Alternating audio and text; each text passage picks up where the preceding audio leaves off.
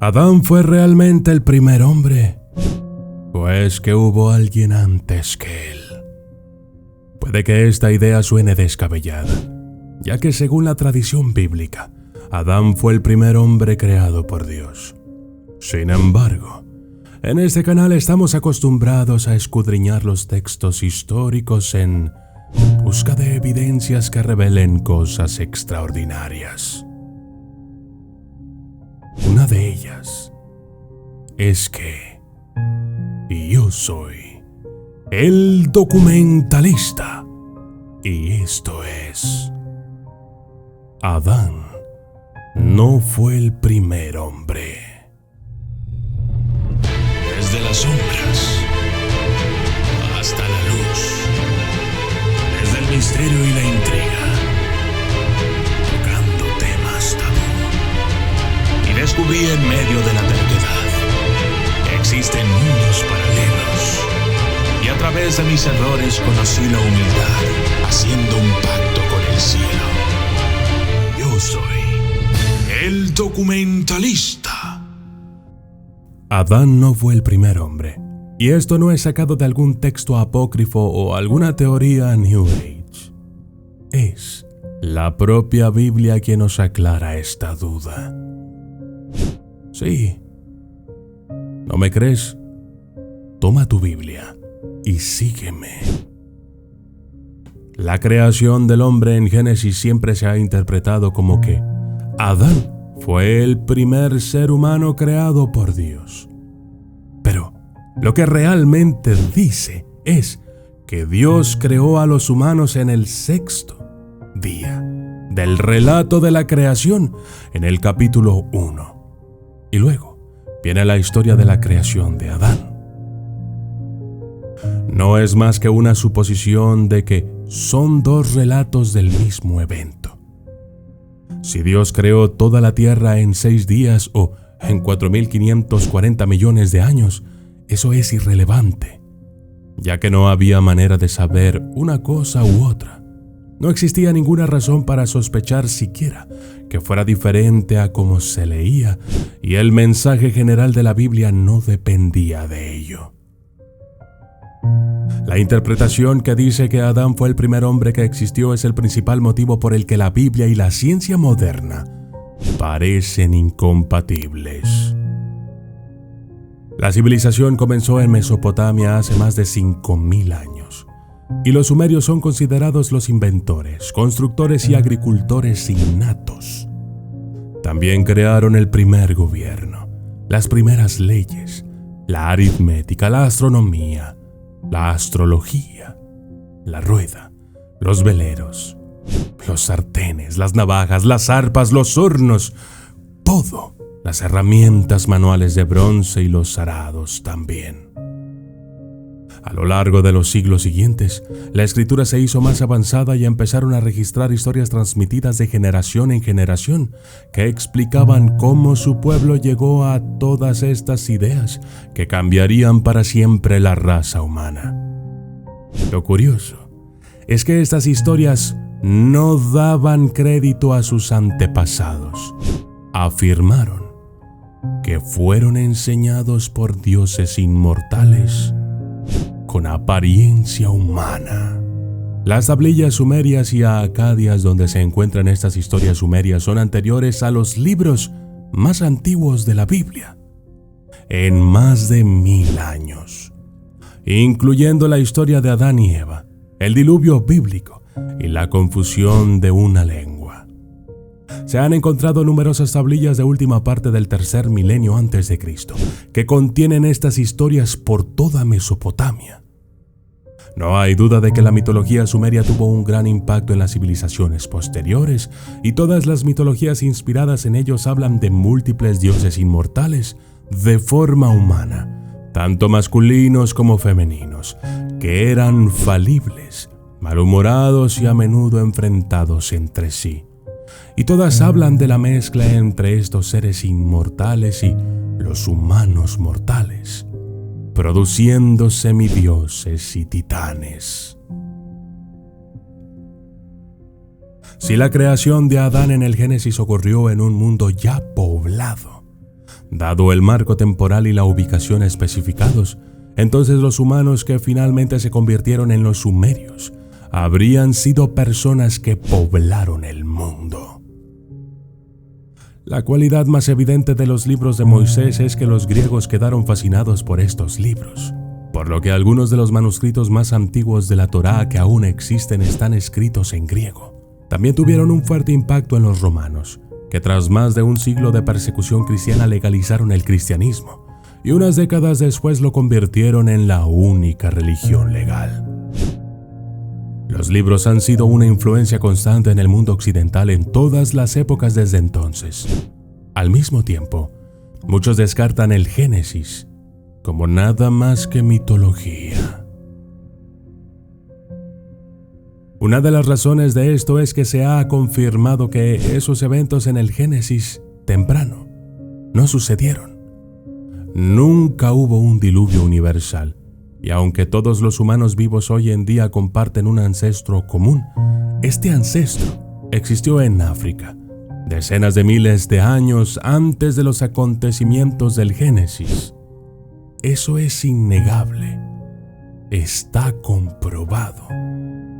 Esas interpretaciones del Génesis son distintas al releer los capítulos del Génesis de manera clara, y no por lo que siempre nos han dicho que dice. Nos encontramos con una historia muy diferente que está mucho más en sintonía con nuestra comprensión moderna basada en la ciencia. Y es que, para comprender lo que la Biblia está tratando de decirnos, debemos de mantener la mente abierta. El Génesis previo al diluvio. El Homo sapiens se había establecido como la especie dominante en el reino animal, que es exactamente lo que se les ordenó hacer a los humanos creados en el Génesis 1. También sabemos que los seres humanos de esta misma región fueron los primeros en utilizar las semillas para cultivar alimentos hace más de 11,000 años, lo que coincide con la ilustración del Génesis 1 de Dios, enseñando a los seres humanos. Y en estos mismos versos se afirma que los animales también utilizarán estas plantas para alimentarse. Dicha teoría se vuelve aún más fuerte cuando se sabe que Dios dijo: «Os doy todas las plantas que dan semillas sobre la faz de toda la tierra, y todos los árboles que tienen fruto con semilla. Les servirán de alimento, y a todas las bestias de la tierra, y a todas las aves del cielo, y a todas las criaturas que se mueven por el suelo. Todo lo que tiene aliento de vida, les doy toda planta verde para que se alimenten». Y así fue. Y también sabemos, a través de las pruebas climatológicas, que esta misma región coincidía con la descripción dada al principio de Génesis 2, desde alrededor del año 6200 a.C., debido al dramático cambio del clima que transformó gran parte de la región en exuberantes tierras verdes a desierto. Pero mientras que a los humanos en Génesis 1 se les dijo específicamente lo que debían de hacer, en Génesis 2, a Adán solo se le dijo lo que no debía hacer. Solo debía comer de cualquier árbol excepto del árbol del conocimiento del bien y del mal. De hecho, todo el tema de la historia de Adán y Eva tiene que ver con la exhibición de su propia voluntad individual, ya que a los seres humanos creados en Génesis 1 se les dieron órdenes muy específicas que tardarían generaciones en cumplirse. Pero bajo estas condiciones, ¿cómo se podía esperar que Adán y Eva y sus descendientes lograran estas cosas considerando lo capaces y dispuestos que estaban a desobedecer? Reestructurando las cosas, damos con la idea de que Adán no fue el primer humano, sino que fue el primer humano capaz de comportarse de forma contraria a la voluntad de Dios en un mundo ya poblado de humanos. Esto arroja muchas posibilidades interesantes a lo largo del resto de la Biblia, que seguramente veremos en futuros videos. Dentro de los textos bíblicos, Algunos de los versículos más crípticos y confusos de los capítulos siguientes empiezan a tener mucho más sentido si la región ya estaba poblada cuando Adán fue creado, como los otros sin nombre, por los que Caín expresó su preocupación en el capítulo 4. La preocupación la valida Dios al marcarlo de alguna manera para protegerlo del daño. Génesis 4, 16-17.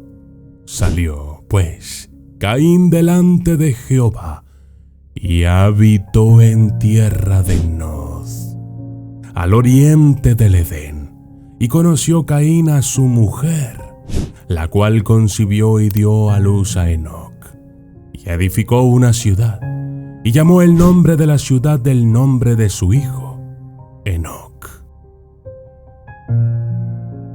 También da un nuevo giro a los primeros versículos del capítulo 6, los que hablan de que los hijos de Dios, que encuentran bellas a las hijas de los humanos y tienen hijos de ellas. Esto viene justo en medio de su explicación de por qué fue necesario el diluvio. Explica que los humanos son mortales y viven menos de 120 años, en contra de los cientos de años que dice que vivieron Adán y sus descendientes en el capítulo 5. Es decir, que Adán no era precisamente humano. ¿Será cierto esto? Esto sería material para otro video. Así es que asegúrate de estar suscrito al canal para que recibas todas las notificaciones y no te pierdas ninguno de mis videos. Seguimos. Todo esto sucedió cuando los hombres comenzaron a multiplicarse sobre la faz de la tierra y les nacieron hijas, y que los hijos de Dios vieron a las hijas de los hombres, que eran hermosas y tomaron para sí esposas de todas las que eligieron. Pero aquí viene otra de las mayores dudas sobre los sucesos bíblicos. ¿Fue el diluvio realmente global? Esto debería ser obvio. Incluso en el contexto tradicional esto no tendría sentido, ya que el diluvio ocurrió solo 10 generaciones después de Adán. Así que los descendientes de Adán no pudieron haber poblado más que una pequeña porción del planeta. No habría necesidad en ese sentido de inundarlo todo. Esto solo evidencia el hecho de que los autores de la Biblia no tenían sentido de lo que significaba realmente el mundo entero, ya que la totalidad del mismo desde su perspectiva era la tierra en la que vivían, es decir, solo unos cuantos miles de kilómetros cuadrados. Pero incluso más allá de ese razonamiento, hay un par de pistas sutiles que nos dicen que el diluvio no fue un fenómeno global que acabó con todo lo que vivía. La primera viene al final del capítulo 4, cuando el autor explica que 3 de los descendientes de Caín fueron los padres de todos los que vivían en tiendas y pastoreaban ganado, tocaban instrumentos de cuerda, fabricaban herramientas de metal. Adá dio a luz a Jabal. Este fue el padre de los que habitan en tiendas y de los que tienen ganado. Su hermano se llama Jubá, y él fue el padre de todos los que manejan el arpa y el órgano. Sila también dio a luz a Tubal-Caín, instructor de todo artífice del bronce y del hierro, y la hermana de Tubal-Caín fue Naama. Estos descendientes vienen 7 generaciones después de Caín, que es el mismo número de generaciones que tuvo Matusalén desde Set. Pero Matusalén murió el mismo año del diluvio. Afirmar específicamente que estos descendientes engendraron a alguien no tendría ningún sentido si los descendientes de Caín y todos los demás se supone que fueron aniquilados en el diluvio. Pero algunas interpretaciones consideran que los Nefilim ya estaban en la tierra en aquellos días, y que también aún después, cuando los hijos de Dios entraron a las hijas del hombre y les dieron hijos. Estos ya eran los hombres poderosos de la antigüedad, hombres de renombre, como si tuvieran ya una vida. Por supuesto, demostrar simplemente que el diluvio no fue realmente global no sirve de mucho si tenemos en cuenta que todo el propósito del diluvio era acabar con el pecado que había surgido en la humanidad. La incoherencia de esto está en que si a Adán se le fue otorgado el libre albedrío y la maldad solo fue posible a través del libre albedrío, entonces una inundación sería todo lo que se necesitaría. Que de hecho, ese valle, que es equivalente geológico de un desagüe, sería el lugar perfecto para colocar un elemento tan potencialmente peligroso como el libre albedrío.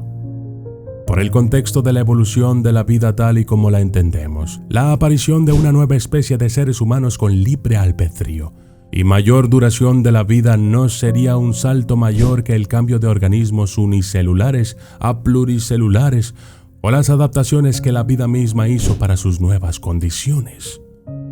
Incluso en la progresión, hubo grandes saltos de una especie a otra.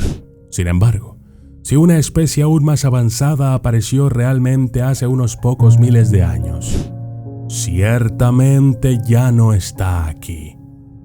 Según numerosas historias, no solo la de la Biblia, todos fueron arrastrados por una gran inundación. El diluvio no fue más que la última de muchas ediciones que dieron forma a la vida tal y como la conocemos hoy. Incluso si cualquier resto físico que pudiera confirmar esta teoría hubiera sido arrastrado al mar por una gran inundación, ciertamente la existencia de seres así habrían dejado algún tipo de impresión duradera, especialmente si existieron hace más de 1600 años en una región poblada por humanos. Actualmente, solo se puede esperar que la ciencia siga avanzando en el descubrimiento del origen de la mitología, como lo que se puede apreciar en las historias sumerias, acadias, babilónicas, griegas y romanas. Quizá podamos saber la verdad sobre aquellos seres inmortales, aquellos que vivieron el equivalente a 10 vidas mortales, que eran excepcionalmente sabios y conocedores de las prácticas agrícolas, que eran propensos a las emociones humanas, que se reprodujeron con humanos mortales y que crearon seres de ambas líneas de sangre, para luego desaparecer sin dejar un claro rastro de su existencia. Y yo soy el documentalista, y esto fue: Adán no fue el primer hombre.